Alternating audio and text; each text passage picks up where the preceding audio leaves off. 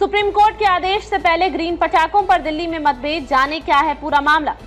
दिवाली से ठीक एक हफ्ते पहले सुप्रीम कोर्ट ने शहर में ग्रीन पटाखों की बिक्री की अनुमति दिए जाने के संकेत दिए थे। दिल्ली पटाखा के एक व्यापारी ने कहा कि इस कदम से कालाबाजारी पर लगाम लग सकती है और सुरक्षित विकल्पों को बढ़ावा मिल सकता है। उन्होंने कहा कि मुख्य जज ने यही कहा कि अगर पटाखों की अनुमति नहीं दी गई तो माफिया पैदा हो जाएगा। दिवाली से ठीक एक हफ्ते पहले सुप्रीम कोर्ट द्वारा शहर में ग्रीन पटाखों की बिक्री की अनुमति दिए जाने के संकेत के बाद दिल्ली में उत्सुकता और चिंता का माहौल है। कई निवासियों ने आतिशबाजी की वापसी का स्वागत किया, इसे त्योहारों का एक अनिवार्य हिस्सा बताया। वहीं कुछ ने चिंता व्यक्त की कि एक बार फिर नियमित, ज्यादा प्रदूषणकारी और शोरगुल वाले पटाखों का रास्ता खोल सकती है, जिससे शहर गैस चैम्बर और बूम बॉक्स में बदल जाएगा। कई प्रमुख बाजारों का दौरा किया तो दुकानदारों ने कहा कि उनके पास ग्रीन या स्टॉक में नहीं है, पटाखे नहीं है, लेकिन कई ने दावा किया कि दूसरे लोग इन्हें बेच रहे हैं। बता दें कि अनुमति मिलने की संभावना है, जिससे 5 साल बाद दिवाली, गुरुपर्व और क्रिसमस पर पटाखे फोड़ना कानूनी दायरे में आ जाएगा। ग्रीन पटाखे पारंपरिक पटाखों की तुलना में 20 से 30% कम कण पदार्थ उत्सर्जित करने के लिए डिजाइन किए गए हैं, लेकिन एक्सपर्ट का तर्क है कि वे अभी भी हानिकारक प्रदूषण छोड़ते हैं और प्रभावी रूप से विनियमित करना मुश्किल है। वे चेतावनी देते हैं कि दिल्ली के पहले से ही तनावपूर्ण प्रदूषण नियंत्रण तंत्र को देखते हुए इस तरह की चुनिंदा अनुमतियों को लागू करना चुनौतीपूर्ण साबित हो सकता है। सुप्रीम कोर्ट ने पिछले हफ्ते ग्रीन पटाखों की बिक्री पर अपना आदेश सुरक्षित रख लिया। इससे पहले सितंबर में प्रमाणित निर्माताओं को दिल्ली एनसीआर में इनका उत्पादन करने की अनुमति किया, यह याद करते हुए कि कैसे पिछली दिवाली के दौरान पूर्ण प्रतिबंध के कारण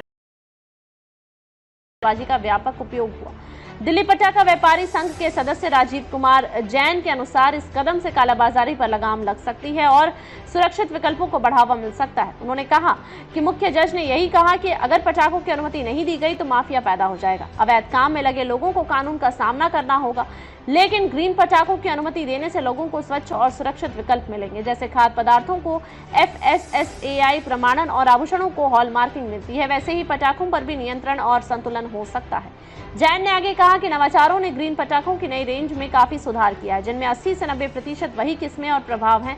स्काई शॉट्स, चक्री, शावर, लेकिन एक संशोधित संरचना के साथ जो उत्सर्जन को जलवाष्प में परिवर्तित कर देता है। उन्होंने कहा कि सिर्फ दिवाली के दौरान ही नहीं बल्कि पूरे भारत में इसकी भारी मांग होती है। जनवरी से दिसंबर तक कम से कम 20 त्योहार ऐसे हैं जिनमें पटाखों का इस्तेमाल होता है, चाहे वे किसी भी क्षेत्र या धर्म के हों, लेकिन सिर्फ दिवाली पर ही इतनी कड़ी निगरानी रखी जाती है, जो अनुचित लगता है। छोटे बच्चों के माता पिता ने भी ऐसी ही चिंताएं व्यक्त की। 2 और 9 साल के 2 बच्चों की मां नेहा जैन ने अदालत से आग्रह किया कि वह त्योहारों की बजाय जन स्वास्थ्य को प्राथमिकता दे। बच्चे पहले से ही जहरीली हवा से जूझ रहे हैं, अस्थमा और फेफड़ों की बीमारी से जूझ रहे हैं। तथाकथित संतुलित दृष्टिकोण निर्माताओं की ओर झुका है, न कि एनसीआर की कमजोर आबादी की ओर। मेरे बच्चे रोजाना नेबुलाइजर पर निर्भर है। प्रदूषित हवा को इस बात की परवाह नहीं है कि किसी पटाखे पर ग्रीन का लेबल लगा है या नहीं, या उन सभी को समान रूप से नुकसान पहुंचाता है। दिवाली बिना पटाखों के भी उतनी ही खूबसूरत हो सकती है।